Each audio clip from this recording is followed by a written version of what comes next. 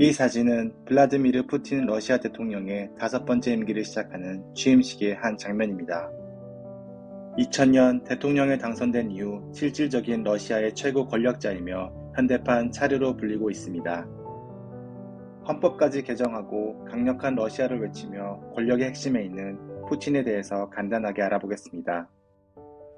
푸틴은 1952년 10월 7일 레닌그라드의 노동자 거주 지역에서 태어납니다.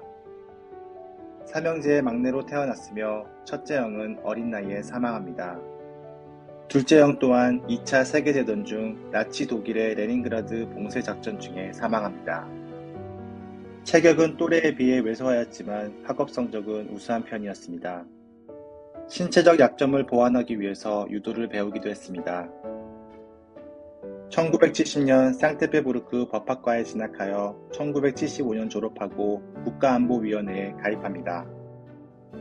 젊은 푸틴은 1990년 정치활동을 시작하기 전까지 KGB 장교로 활동했으며 동독에 파견 가서 근무하기도 했습니다. 1990년 레닌그라드 시장을 역임하고 있던 아나톨리 숍자크의 눈에 들어 그의 국제관계 담당 고문으로 정치계에 발을 들입니다.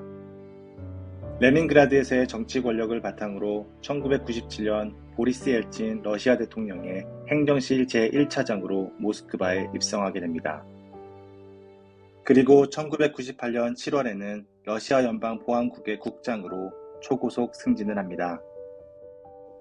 1999년 8월 16일에는 러시아 연방의 총리로 임명됐으며 그해 12월 31일 보리스 엘친 대통령의 사임으로 연방 대통령 권한대행을 수행합니다. 그리고 2000년 3월 26일에 있었던 선거에서 압승하며 드디어 정식 러시아 연방 대통령으로 당선됩니다. 당선 후에는 역시 공산 진영과의 관계를 돈독히 하며 정치적 영향력을 키웁니다. 최근까지도 꾸준히 연대하며 사실상 미국에 맞설 수 있는 유일한 국가 수반으로 인정받고 있습니다. 당선 후 푸틴이 내건 슬로건은 강력한 러시아였습니다. 젊은 러시아의 대통령은 마초적인 성향을 선보이며 젊고 강력한 러시아를 만들기 위해서 노력합니다.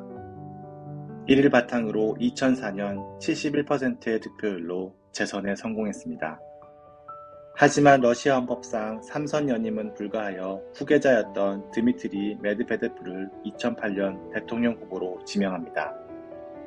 2008년 2월 대선에서 메드베데프가 당선되면서 푸틴을 총리로 지명하며 최초로 전임 대통령이 총리가 되는 사례를 만듭니다. 2012년 대통령 임기를 6년으로 바꾸고 다시 대통령에 당선되면서 제3임기를 시작했습니다. 제3임기 중 2014년 크림반도를 러시아 영토로 병합하면서 그 후 우크라이나와의 전쟁에 시발점을 만들게 됩니다. 2018년 5월 다시 대통령에 당선되며 제4임기를 시작했으며 당선 소감을 말하다 눈물을 흘리기도 했습니다. 2020년 대통령 연임제를 철폐하는 개헌안을 통과시키며 사실상 종신 집권의 길을 열어두게 됩니다. 그리고 이를 바탕으로 2024년 다시 대통령에 당선되며 2030년까지 러시아의 최고 권력으로 군림할 수 있게 됩니다. 그리고 2020년 개헌안에 따라 2030년 다시 대통령 선거에 출마할 수 있기 때문에 최고 2036년까지 러시아의 대통령이 될 수 있습니다. 만약 2030년 다시 당선된다면 대통령 대행 기간을 포함해 총 37년간 러시아 연방의 최고 권력자가 되는 것입니다.